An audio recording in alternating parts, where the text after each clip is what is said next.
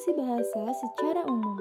Yang pertama, alat untuk mengungkapkan perasaan atau mengekspresikan diri. Fungsi ini bermakna bahwa dengan bahasa, kita mampu mengungkapkan gambaran, maksud, gagasan, dan perasaan.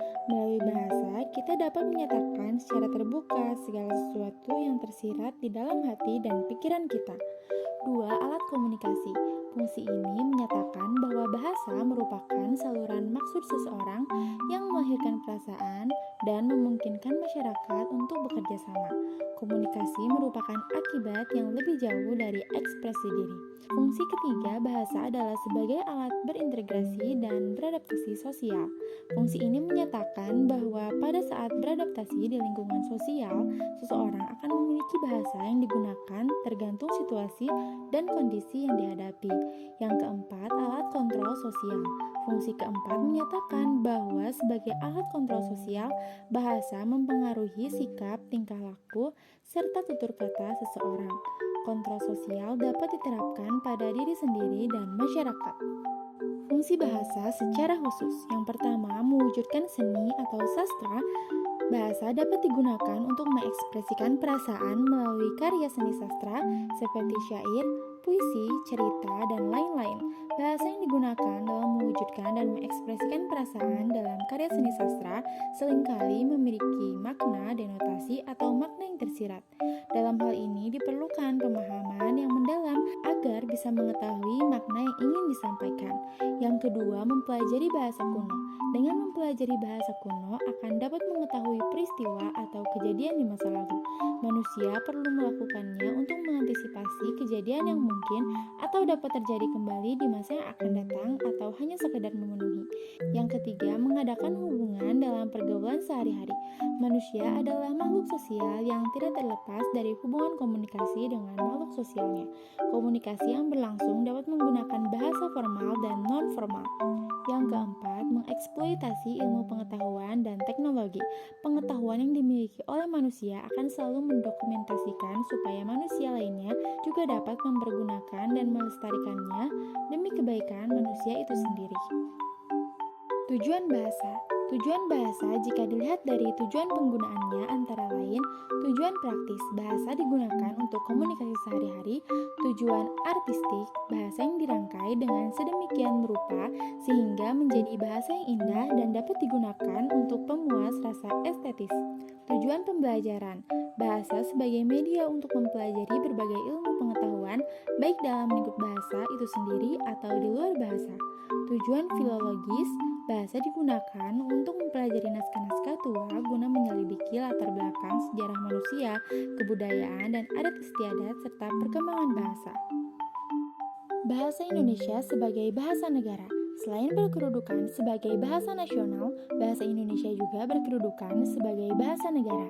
Hal ini sesuai dengan ketentuan yang tertera di dalam Undang-Undang Dasar tahun 1945 Bab 15 Pasal 36 yang berbunyi, bahasa negara ialah bahasa Indonesia. Bahasa Indonesia berfungsi sebagai A. Bahasa resmi kenegaraan, B. Bahasa pengantar di dalam dunia pendidikan, C. Alat penghubung pada tingkat nasional untuk kepentingan perencanaan dan pelaksanaan pembangunan nasional serta kepentingan pemerintah, D. Alat pengembangan kebudayaan, ilmu pengetahuan, dan teknologi di dalam kedudukannya sebagai bahasa negara. Bahasa Indonesia berfungsi pula sebagai bahasa pengantar di lembaga-lembaga pendidikan mulai dari taman kanak-kanak sampai dengan perguruan tinggi di seluruh Indonesia kecuali di daerah-daerah bahasa seperti Aceh, Batak, Sunda, Jawa, Madura, Bali, Makassar, Papua, dan sebagainya. Kedudukan bahasa sebagai bahasa negara merujuk pada status resmi suatu bahasa dalam suatu negara.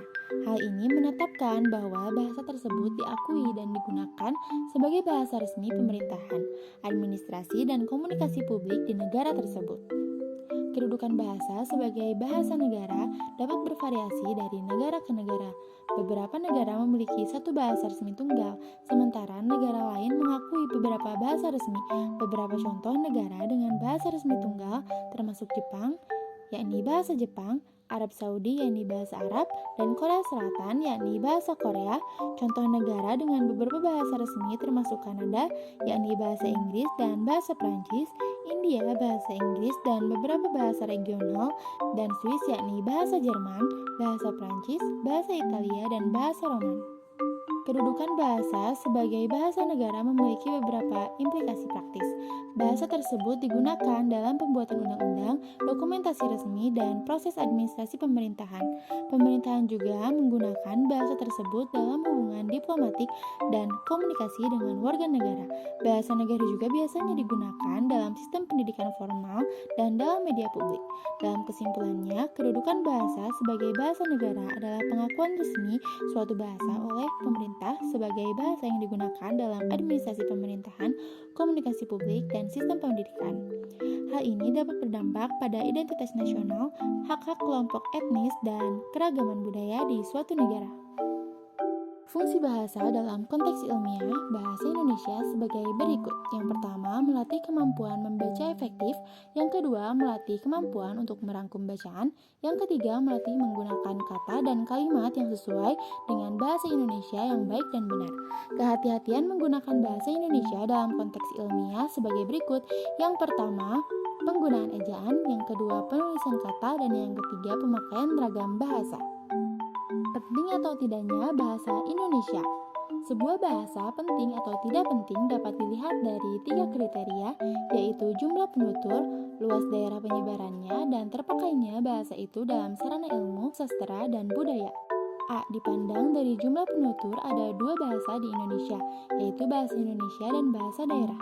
Bahasa Indonesia lahir sebagai bahasa kedua dari sebagian besar warga bangsa Indonesia. Ini menunjukkan bahwa bahasa Indonesia amat penting kedudukannya di kalangan masyarakat. B. Dipandang luas penyebarannya. Penyebaran suatu bahasa tentu ada hubungannya dengan penutur bahasa itu sendiri. C. Dipandang dari dipakainya sebagai sarana ilmu, budaya, dan susastra, sejalan dengan jumlah penutur dan luas penyebarannya. Pemakaian suatu bahasa sebagai sarana ilmu, budaya, dan susastra dapat dijadikan pula ukuran penting atau tidaknya bahasa itu. Karena kita mencoba memandang bahasa daerah seperti bahasa kelinci, kita dapat menelusuri seberapa jauh bahasa itu dapat dipakai sebagai sarana ilmu, budaya, dan susastra.